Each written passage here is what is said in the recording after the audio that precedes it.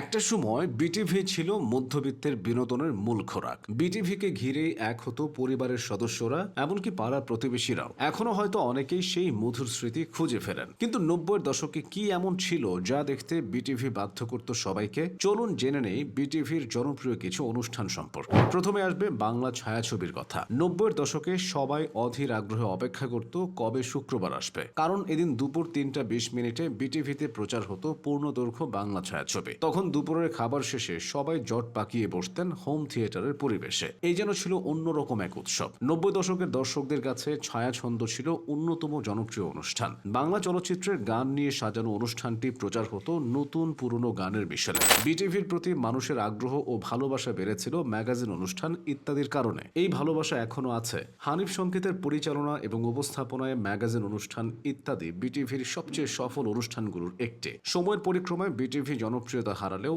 এখনো অনেকেই ইত্যাদি প্রচারের খবর শুনলে বিটিভিতে ঢু মারেন। বিটিভিতে প্রচারিত হতো দুর্দান্ত কিছু নাটক। বাংলা নাটককে ভিন্ন মাত্রা দিয়েছিলেন কথা সাহিত্যিক হুমায়ুন আহমেদ। বিটিভির জনপ্রিয়তার বিরাট এক উপাদান ছিল তার নাটকগুলোতে। বিশেষ করে এইসব দিনরাত্রি, নক্ষত্রের রাত, বহুব্রীহি, সবুজ ছায়া এই ধারাবাহিকগুলো তুমুল জনপ্রিয়তা লাভ করেছিল। কোথাও কেউ নেই নাটকে বাকের ভাই চরিত্রের মাধ্যমে সারা দেশে হইচই ফেলে দিয়েছিলেন হুমায়ুন আহমেদ। কেবল তিনিই নন, বিটিভিতে বহু নাট্যকার ও পরিচালক নাটক দিয়ে জনপ্রিয়তা অর্জন করেছিলেন, যেগুলোর মধ্যে সকাল সন্ধ্যা, রূপনগর, 12 রকম মানুষ উল্লেখযোগ্য। ইত্যাদির মতো আরো দুটি ম্যাগাজিন অনুষ্ঠান দর্শকের মাঝে সাড়া ফেলেছিল। অনুষ্ঠান দুটির একটি ছিল আব্দুল নূর তুষারের উপস্থাপনায় শুভেচ্ছা, অন্যটি তারকায় ভরপুর অনুষ্ঠান আনন্দ মেলা। আলিফ লায়লা তো বিটিভির জনপ্রিয়তাকে অন্য উচ্চতায় নিয়ে গিয়েছিল। আরব্য রজনীর গল্প নিয়ে নির্মিত এই টিভি সিরিজ ব্যাপক জনপ্রিয় ছিল। কেউ কেউ হয়তো এখনো আলিফ লায়লার চরিত্রগুলোর কথা ভেবে নস্টালজিক হয়ে পড়েন। ম্যাকগাইভার এবং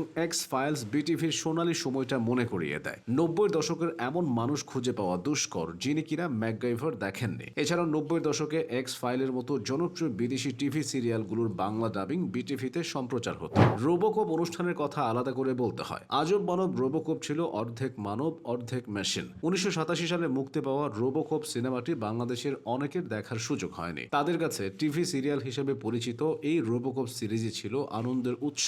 রবিনহুড ও হারকিউলিসের জনপ্রিয়তাও কম ছিল না। 90-এর দশকের তরুণীরা রবিনহুডের মতো মনের মানুষ পাওয়ার স্বপ্নে বিভোর থাকতেন, আর রবিনহুডের অনুকরণে তরুণদের মাঝে ফ্রেঞ্চ কাট দাঁড়িয়ে রাখার ধুম পড়েছিল। অন্যদিকে জনপ্রিয়তায় আলিফ লায়লার কাছাকাছি ছিল টিভি সিরিয়াল হারকিউলিস। হারকিউলিসের অতিমানবীয় কর্মকাণ্ড মুগ্ধ করত দর্শকদের। 90 দশকে বিটিভির ব্র্যান্ড শোগুলো অন্যরকম উন্মাদনা তৈরি করেছিল। 70 দশকের পর বাংলাদেশে ব্যান্ড সঙ্গীতের রাজকীয় উত্থান হয়। তখন থেকেই বিটিভিতে প্রচার শুরু হয় ব্যান্ড সঙ্গীতের অনুষ্ঠান। আর ব্যান্ড সঙ্গীতের অনুষ্ঠানগুলো মূলত যুবকদের কাছে বেশ জনপ্রিয় ছিল। নতুন করে অনুষ্ঠানের কথা কি মনে আছে? 1976 সালে মোস্তফা মনোয়ারের নির্দেশনায় জাতীয়ভাবে মেধার সন্ধানে বিটিভিতে নতুন কুড়ি নামে প্রতিযোগিতার যাত্রা শুরু হয়। শিশু কিশোর, অভিভাবক থেকে শুরু করে সমবয়সী মানুষের কাছে খুবই জনপ্রিয় ছিল অনুষ্ঠানটি। বিটিভির ক্যাপ্টেন প্ল্যানেট কার্টুনটিও শিশু কিশোরদের কাছে তুমুল জনপ্রিয়তা পেয়েছিল। এছাড়া গডজিলা, সুপারম্যান, ব্যাটম্যান, থান্ডারক্যাটস এই তিনটি সিরিজের জন্য শিশু কিশোরদের কাছে বিটিভি ছিল